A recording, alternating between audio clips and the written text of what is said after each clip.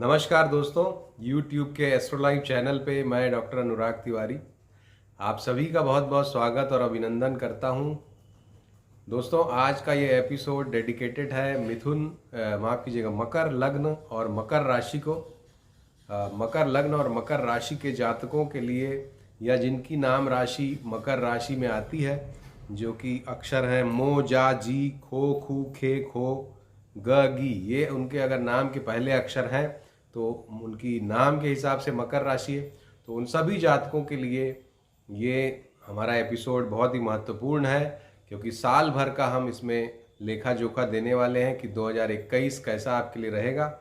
विशेष राशि आपकी इसलिए है क्योंकि साढ़े साती की दूसरी ढैया से आप प्रभावित हैं, तो उसकी भी हम बात करेंगे। साढ़े साती का क्या प्रभाव आपके ऊपर पड़ने वाला है इस वर्ष, और अलग अलग क्षेत्रों में जीवन के, जैसे कि स्वास्थ्य के मामले में, परिवार के मामले में, धन के मामले में, नौकरी या व्यवसाय के मामले में, प्रेम के मामले में, विवाह आदि के मामले में कैसा ये वर्ष जाने वाला है, इसकी बात करेंगे। तो दोस्तों, वीडियो शुरू करते हैं। वीडियो शुरू करने के पहले फिर से जो हमारा अनुरोध रहता है कि अगर आपने हमारे चैनल को सब्सक्राइब नहीं किया है तो तुरंत सब्सक्राइब करें और बेल आइकॉन को भी पुश कर दें। अब आइए शुरू करते हैं। मकर राशि के बारे में पहले विस्तार से चर्चा करते हैं कि इस राशि के गुण धर्म कैसे होते हैं। दोस्तों, मकर राशि के चिन्ह के विषय में अलग अलग जगह अलग अलग तरह के चिन्हों का उपयोग किया जाता है। कुछ जगह मगर यानी कि मकर से मगर का उपयोग किया जाता है, मगर को चिन्ह के रूप में उपयोग में लाया जाता है। कुछ जगह पे बकरी को उपयोग में लाया जाता है, जो कि जल में रहने वाली बकरी है, उस तरह का एक बकरी का चित्र दिखता है, और कहीं कहीं भेड़ का भी चित्र दिखता है। तो इस तरह से दो तीन इस वेरिएंट्स हैं इनके चिन्ह के, लेकिन मुख्य रूप से ज़्यादातर जो बकरी वाला जो चित्र है उसका उपयोग किया जाता है, और ये जल में रहने वाली बकरी की परिकल्पना है। और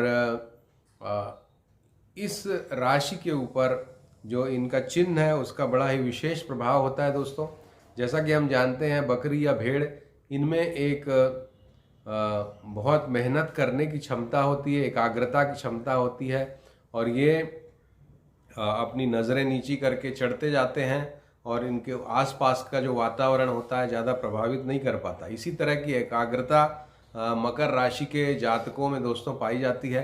अपनी धुन के ये पक्के होते हैं और किसी भी गोल को अटेन करने में ये सक्षम होते हैं। आप कभी भी किसी मकर राशि के जातक को ये चैलेंज मत करिएगा कि तुमसे ये काम नहीं हो पाएगा, क्योंकि उनमें ये क्षमता होती है कि वो किसी भी गोल को अचीव कर सकते हैं अपनी लगन के द्वारा। असीम सहन शक्ति भी इनमें होती है। दोस्तों, सहन शक्ति काफ़ी बड़ी मात्रा में इनमें पाई जाती है, और संगठन शक्ति भी बहुत ज़्यादा होती है। मकर राशि के जातकों में ये विशेष गुण होता है कि वो वाक्पटु होते हैं, तुरंत जवाब देने हाजिर जवाब होते हैं, और लोगों से संबंध अच्छा बना के चलना जानते हैं, क्योंकि ये पृथ्वी तत्व की राशि है और बहुत ही प्रैक्टिकल राशियों में से एक है।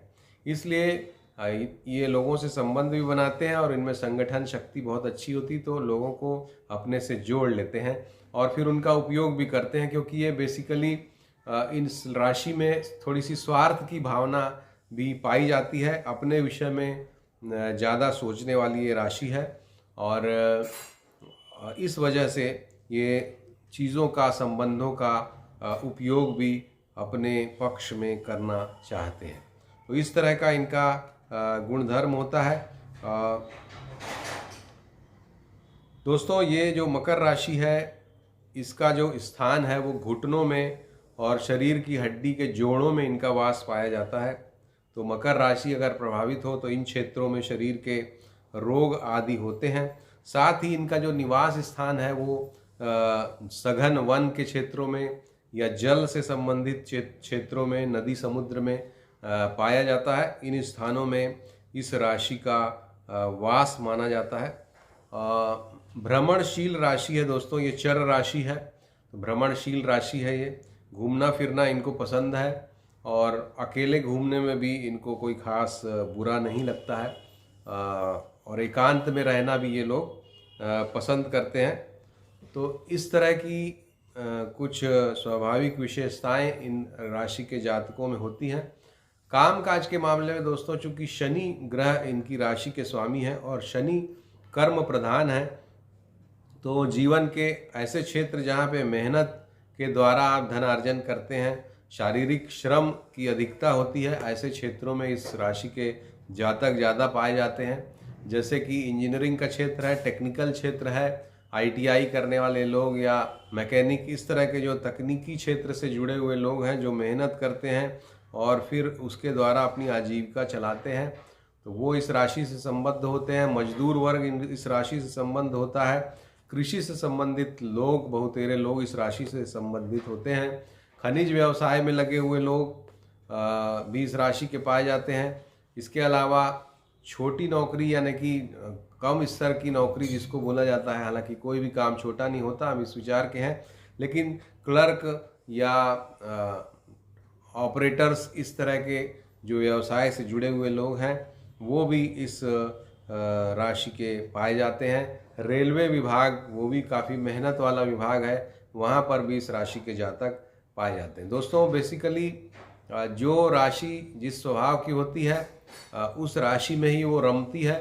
मकर राशि चूँकि हार्ड अर्नड मनी में विश्वास रखती है या मेहनत से दिल नहीं इनका घबराता है, इसलिए ये ऐसे क्षेत्रों में जहाँ मेहनत काफ़ी होती है ये काम में कंटिन्यू रखते हैं। और बहुत सी राशि वाले जहाँ मेहनत बहुत ज़्यादा होती है उसको छोड़ के दूसरे काम जो थोड़े लाइट वर्क होते हैं उसमें चले जाते हैं, वाइट कॉलर जॉब जिसको बोला जाता है। तो इस वजह से मकर राशि के जातक मेहनत से घबराते नहीं हैं, इसलिए मेहनत वाले स्थानों पे ये काम करते हुए देखे जाते हैं।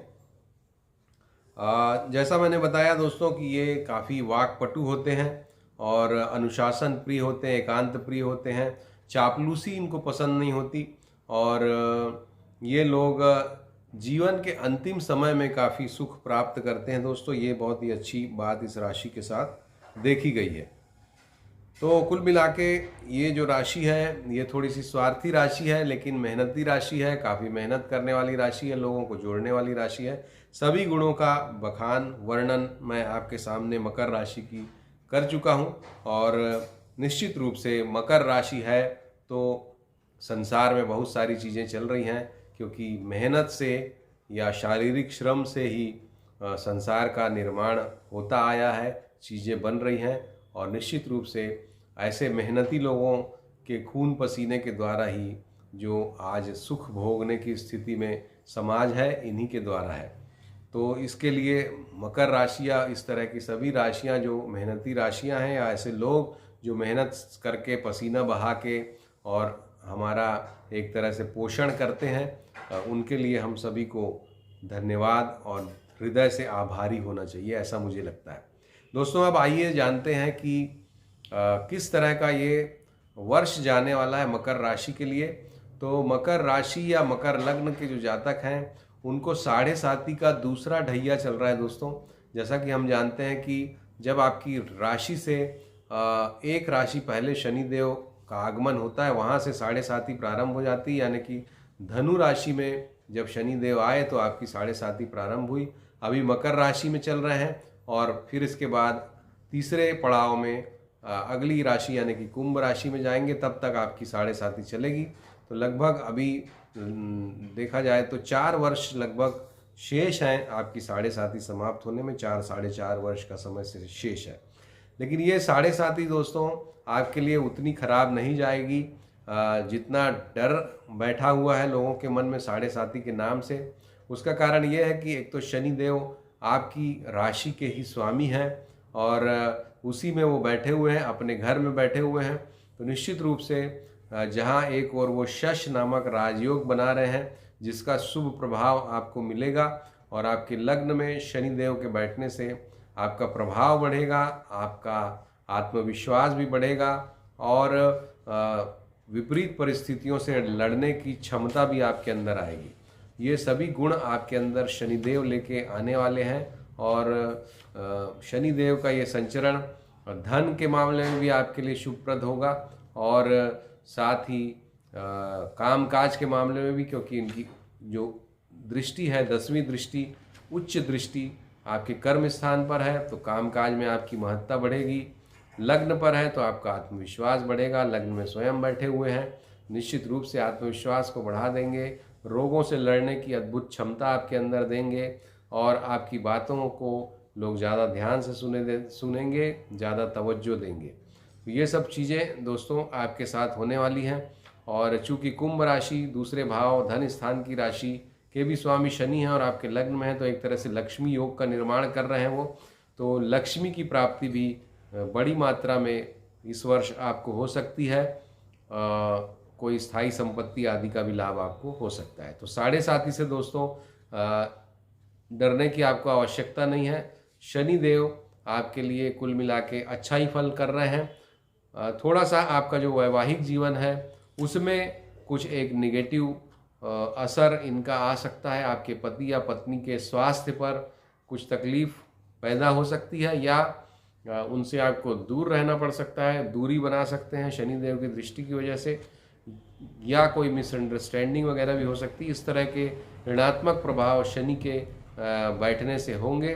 कर्म स्थान पे जो शनि की दृष्टि जा रही है वो कर्म को बढ़ाने वाली होगी। सम दृष्टि है, क्योंकि गुरु से शनि का समभाव है, इस वजह से दृष्टि सम है। थोड़ा सा आप आलस का अनुभव कर सकते हैं, क्योंकि पराक्रम में शनि का उदासीन प्रभाव जब जाएगा तो पराक्रम में थोड़ी कमी हो सकती है, मेहनत में थोड़ी कमी हो सकती है।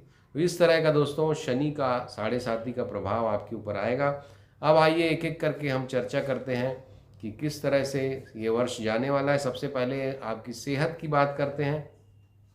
तो सेहत के मामले में दोस्तों ये वर्ष पिछले वर्ष की तुलना में कुछ मामलों में थोड़ा सा चैलेंजिंग जा सकता है।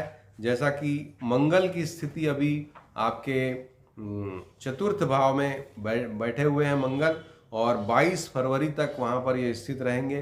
तो 22 फरवरी तक आपको चोट चपेट एक्सीडेंट आदि से या वाद विवाद से बच के रहना चाहिए। इस समय आपके स्वास्थ्य पर विपरीत असर पड़ सकता है चौथे मंगल होने की वजह से। इसके बाद दोस्तों मंगल फिर सिंह राशि में जाएंगे 20 जुलाई को, और 6 सितंबर तक वहाँ पर रहेंगे। ये समय भी आपके लिए सेहत के लिए खराब रहेगा। इसके पूर्व 2 जून से 20 जुलाई इस समय शनि और मंगल एक दूसरे के आमने सामने रहेंगे। तो इस समय आपको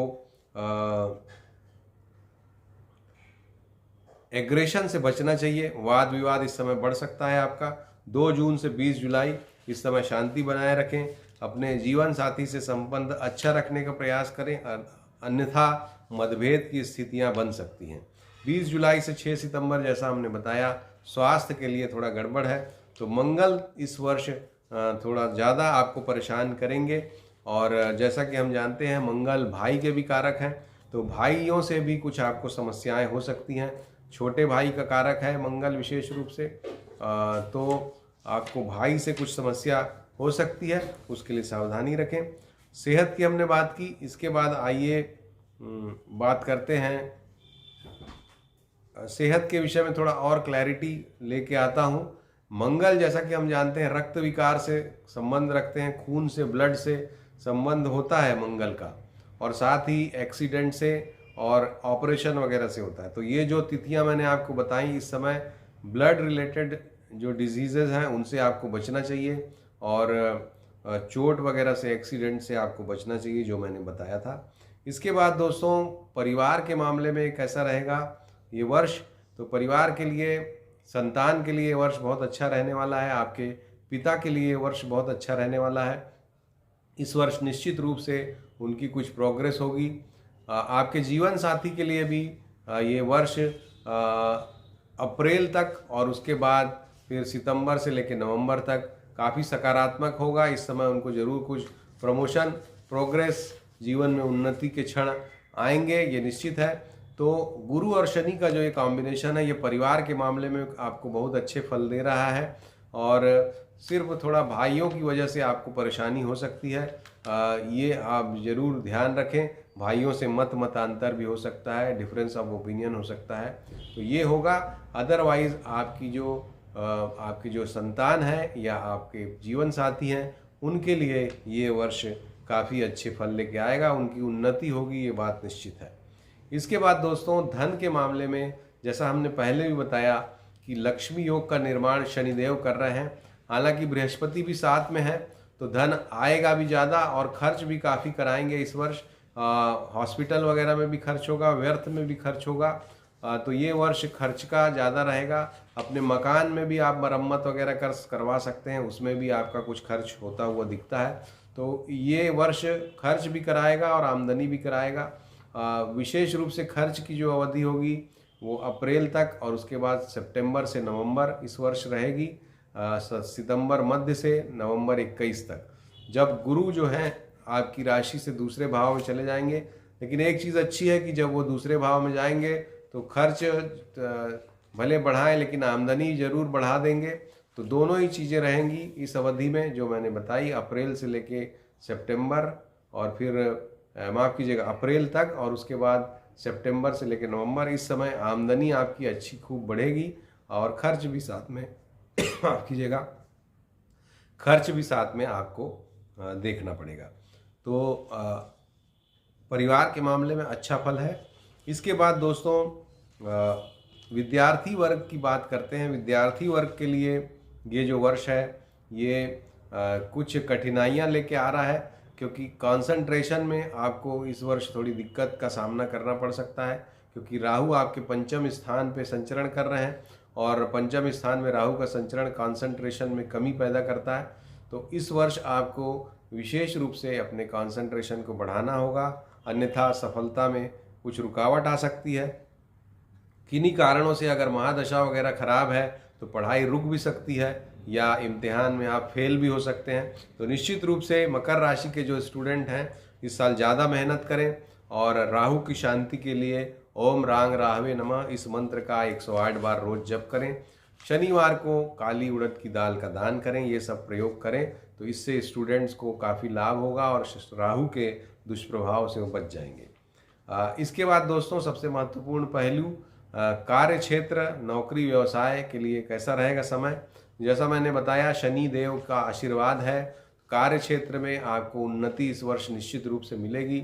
व्यापार में भी आपको उन्नति मिलेगी, विशेष करके अप्रैल तक और फिर सितंबर से नवंबर तक ये समय व्यापार में अच्छी सफलता दे के जाएगा। इसके अलावा जो समय यानी कि अप्रैल से लेके सितंबर का जो समय है, इस समय आपको शनि की शांति करना चाहिए, तभी आपके व्यापार में रुकावटें नहीं आएंगी। अन्यथा आपके जो मातहत लोग हैं, आपके जो अंदर काम करने वाले लोग हैं, उनकी वजह से व्यापार में आपको बड़ी दिक्कतें आ सकती हैं, या जो स्वयं काम करते हैं किसी दुकान वगैरह में, उनको अपने सहयोगियों की वजह से परेशानियों का अनुभव करना पड़ सकता है।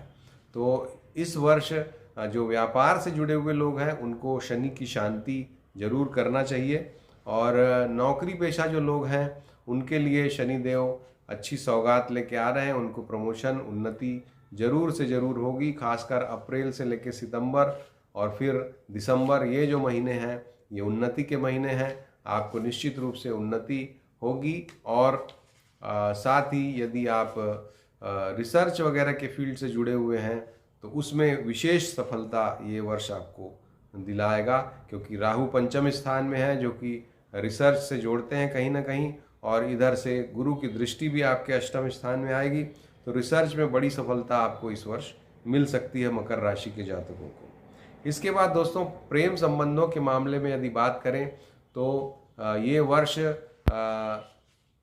काफ़ी डिस्टर्बिंग रह सकता है, क्योंकि राहु वहाँ बैठे हुए हैं, तो मिसअंडरस्टैंडिंग डेवलप हो सकती है। विश्वास के जरिए आप इस वर्ष को पार करें। अगर विश्वास थोड़ा भी आपका डिगेगा, हिलेगा, तो निश्चित रूप से डिफरेंस ऑफ ओपिनियन, झगड़ा या सेपरेशन भी हो सकता है। तो निश्चित रूप से आपको ये वर्ष काफ़ी चैलेंजिंग रहेगा प्रेम संबंधों के मामले में। प्रेम संबंध आपके टूट भी सकते हैं और फिर किसी दूसरी जगह आपको फिर से कहीं पे अटैचमेंट हो सकता है। इस तरह की परिस्थितियां भी बन सकती हैं, लेकिन ये सारी चीज़ें राहु के दुष्प्रभाव में होंगी, तो इससे आपको बचना चाहिए। सिर्फ मैं यही कहूँगा। विवाह के मामले में दोस्तों इस राशि के जातकों के लिए अप्रैल से सितंबर और फिर नवंबर का समय विवाह के फिक्स वगैरह करने के लिए काफ़ी अच्छा है। विवाह के लिए संपूर्ण रूप से अच्छा समय अगर देखें तो दिसंबर से इस वर्ष शुरू होगा और अगले वर्ष तक रहेगा। तो इस समय जो जातक विवाह योग्य हैं उनका जरूर विवाह आदि होने की पूरी संभावना बनती है दोस्तों। तो दोस्तों ये थी कुछ प्रमुख बातें जो कि आपके बारे में हमें कहनी थी 2021 के बारे में। अगर आपको पसंद आया हो तो ज़रूर इसको लाइक और शेयर कीजिएगा। अब बात आती है कि कौन सा आपके लिए शुभ मंत्र है। तो जैसा मैंने बताया ओम रांग राहवे नमः इस मंत्र का जप जरूर करें। जो स्टूडेंट्स हैं और जो नौकरी पेशा लोग हैं या व्यापार करते हैं उनको ओम श्रीं श्रीयै नमः इस मंत्र का जप करना चाहिए। इस वर्ष के लिए आपका जो लकी स्टोन है दोस्तों वो है डायमंड। डायमंड यदि महंगा लगता है तो आप उसका कोई सब्स्टिट्यूट जैसे कि ओपल या स्फटिक जो सबसे सस्ता पत्थर है 200-250 रुपये में मिल जाता है, वो आप धारण करें मध्यमा उंगली में तो आपको काफ़ी लाभप्रद होगा। इस वर्ष के लिए दोस्तों आपका जो रिजोल्यूशन होना चाहिए वो अपनी सेहत के बारे में होना चाहिए। सेहत है तो सब कुछ है, हेल्थ इज़ वेल्थ। तो आप अपनी सेहत का ध्यान रखें, इससे संबंधित ही कोई रिजोल्यूशन बनाएं तो बेहतर होगा। और इसी के साथ ये वीडियो मैं यहीं समाप्त करता हूँ। मुझे इजाज़त दीजिए। 2021 वर्ष आपके लिए शुभ हो इस कामना के साथ। नमस्कार, धन्यवाद।